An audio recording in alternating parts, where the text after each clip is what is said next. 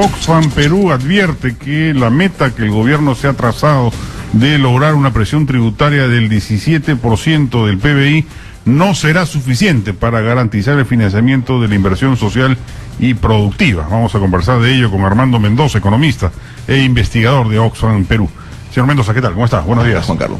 Y eso sí lo logra el gobierno. Y eso sí lo logran porque ciertamente será difícil. Además, ¿cómo va a lograrlo si baja el IGB un punto? ¿Cómo va a lograrlo con ajuste fiscal por dónde? El gobierno ha publicado un decreto para meterle un tijerazo al gasto presupuestal, pero básicamente se va a ir en pocas cifras vinculadas a la planilla y al gasto corriente. Ciertamente, y esa es una constatación de que estamos en una situación fiscal grave, complicada. Hemos visto en el reciente discusión que ha habido entre el actual y el exministro de Economía, que el deterioro de las cuentas fiscales y cuando... ¿Quién tiene la razón, dicho se pasó, en ese debate? El ministro Torna dice que la proyección iba a 3.8%. Y el ministro Segura dice que esa proyección visual no es científica. Mire, estaba en 3.5. Más allá del detalle, no me interesaría entrar, digamos, en darle la razón a uno de ellos. Sí hay algo que queda claramente constatado. Los 2 últimos años de gestión del gobierno anterior fueron desastrosos en términos fiscales. Es decir, no se atractivó, exactamente, no se atractivó, no creció la economía, no hubo mayor la inversión privada y el costo fiscal en términos de las rebajas de impuestos que ahora se están revirtiendo fue considerable, porque esos recursos más bien deberían de haberse dedicado a inversión productiva y social, que en efecto habrían tenido mayor impacto sobre el crecimiento del PBI y en generación de empleo. Porque el gobierno anterior deja la presión tributaria ¿de qué orden? 14. En estos momentos, a julio, estaba en 14, anualizado en 14%, ciertamente. Una de las más bajas de la región. Es una de las más bajas de la región, ¿no? Y ciertamente está muy, muy lejos de los niveles de los países de la OCDE, ¿no? Que es la gran promesa del gobierno de Kuczynski, que al 2021 deberíamos de formar parte de este países desarrollados. Por ejemplo, en otros países, para hacernos una idea. 25% del PBI es el promedio en los países de la OCDE. En otras palabras, si nosotros queremos formar parte del club de los países desarrollados en el 2021, tenemos que dejar de tener una tributación de país subdesarrollado. Ahora bien, esta relación que hay entre presión tributaria, ¿no? y desarrollo, ¿no? económico y social no es casualidad. ¿Por qué? Porque eso significa que tienes suficiente financiamiento para tener un Estado que da servicios públicos de calidad, educación de calidad, salud de calidad, cobertura, seguridad ciudadana que realmente nos proteja, y lamentablemente, como hemos constatado tan a menudo en el Perú, aún estamos muy lejos de alcanzar esos niveles, ¿no? Ahora, la pregunta es cómo se va a llegar de 14 a 17 con las políticas fiscales que de otro lado se anuncian, como esta rebaja del IGB. Desde Oxfam nosotros hemos hecho una serie de análisis en ese sentido, y efectivamente creemos que lo bueno que hay, más allá de la situación crítica que tenemos en este momento, es que por lo menos se ha vuelto a poner en el debate el tema de que aquí en el Perú necesitamos una reforma tributaria, pero reforma tributaria en serio, es decir, que paguen quienes más ingresos tienen, que efectivamente la política fiscal no incremente, sino que más bien reduzca las desigualdades. Nos preocupa en ese sentido el paquete tributario, digamos, que el gobierno está preparando bajo la delegación de facultades, porque hay medidas que podríamos decir son positivas. De tornar el impuesto a la renta al 30% por las empresas, creemos que es una corrección adecuada. Hay medidas que uno puede decir, en principio deberían ser ¿Eso positivas. compensa por sí sola la rebaja del IGB o no tanto?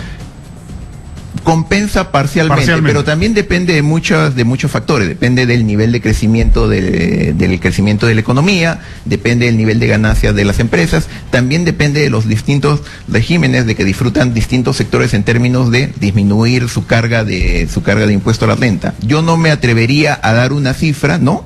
Pero sí creo que es importante que al menos estemos en ese sentido yendo en la situación correcta. Claro. Pero hay otras medidas. Sí, ahora veamos una medida que depende de cuál sea la habilidad y la capacidad del gobierno para implementarla.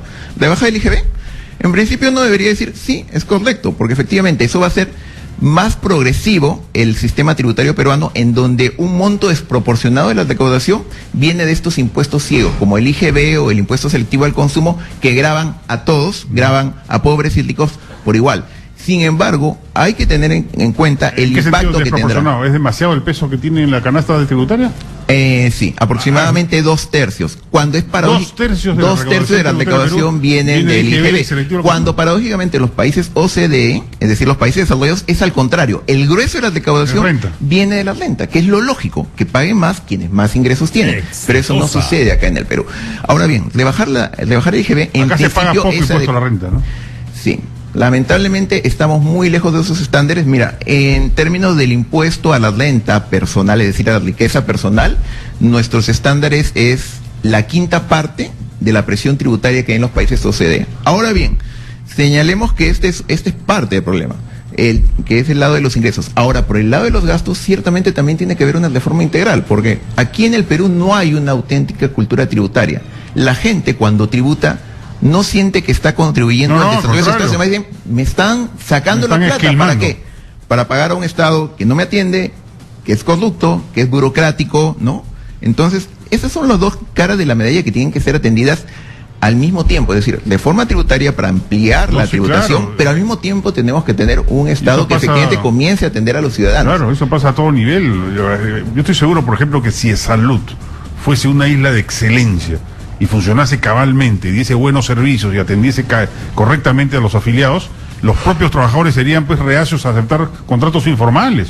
Serían los primeros en exigir estar en planilla. Hoy en día, y lo sé por experiencia, muchos trabajadores no quieren estar en planilla. No son los empresarios, son los trabajadores los que no quieren estar porque les descuentan es Salud, les descuentan AFP y ellos consideran que no les sirve para nada. Ciertamente, entonces aquí estamos como en una especie de dilema de ¿qué es primero? ¿El huevo o la gallina? No, ambas cosas al mismo tiempo. Tenemos que ir a una reforma integral del Estado y de las políticas fiscales por el lado de los ingresos, es decir, reforma tributaria, pero también por el lado del gasto, es decir, reforma de cómo se maneja el presupuesto, cómo se reduce la corrupción, cómo se hace transparente y eficiente ese gasto. Mientras no se avancen en ambos campos simultáneamente, no tendremos una real cultura tributaria y ciertamente el ciudadano de a pie dirá, oye, ¿por qué yo voy a pagar? ¿Por qué voy a contribuir cuando el gran evasor tiene todo servido en bandeja de plata? ¿Por qué tengo que pagar por una educación pública que no utilizo porque mis hijos procuro que vayan a un colegio privado?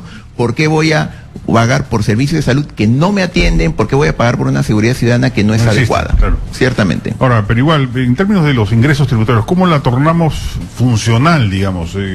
¿Cómo logramos que, por ejemplo, la mayor recaudación sea por renta? ¿Eso es por evasión o es por un problema crítico es evasión? Normas que permiten esa... A ver, ahí hay toda una mezcla, hay todo un paquete de distintas normas, ¿no? Y omisiones también que impactan sobre la tributación. Primero que nada, el Perú tiene un nivel de evasión y ilusión inaceptables. Es decir, se ha estimado que estamos entre los países de la región con mayor nivel de evasión en el impuesto a la renta, se estima en alrededor del 50%, ¿no? 50%, sí, en el caso del IGB es de 30%. En suma, eso cada año significa aproximadamente 7% del PIB que se pierde por la evasión. ¿Sabes a cuánto equivale eso? Eso equivale a 2 veces el presupuesto para educación, que cada año dejamos de percibir. Entonces, ese es un elemento que es importante constatar. Y nos interesa ver cómo el Estado y eso pasa por malas leyes o por una SUNAT timorata. Yo creo que ahí se mezclan todos estos factores, pero sí es cierto que hay un reconocimiento, una sensación que en los últimos años la SUNAT de alguna manera perdió, digamos, capacidad, ¿no? De alguna manera se concentró en lo que es hasta cierto punto más fácil, que es grabas el IGB, ¿no? Y realmente no ha habido, digamos, la voluntad política también para efectivamente avanzar en el tema o sea, una gran empresa en el Perú, en términos globales, sacando muertos y heridos, ¿cuánto tributa? ¿Qué porcentaje de su renta real aporta al fisco? No es 30%. Ojalá lo fuese. Ojalá lo fuese. Estamos hablando en algunos casos de 10%.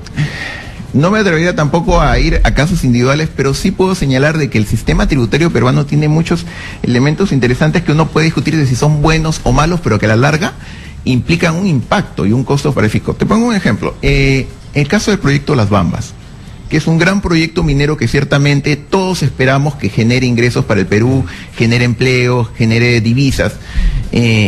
El proyecto de Las Bambas tiene un crédito tributario de $10.000 millones que puede, por depreciación acelerada, para los próximos 5 años. Y de acuerdo a distintos analistas, no va a tributar efectivamente por impuesto a la renta hasta el 2020-2021. Estamos hablando entonces de un gran proyecto que contribuirá en términos de generación de divisas, claro, ¿no? Contribuirá en PBI quizá, pero en términos de la tributación, recién empezará dentro de 5 años.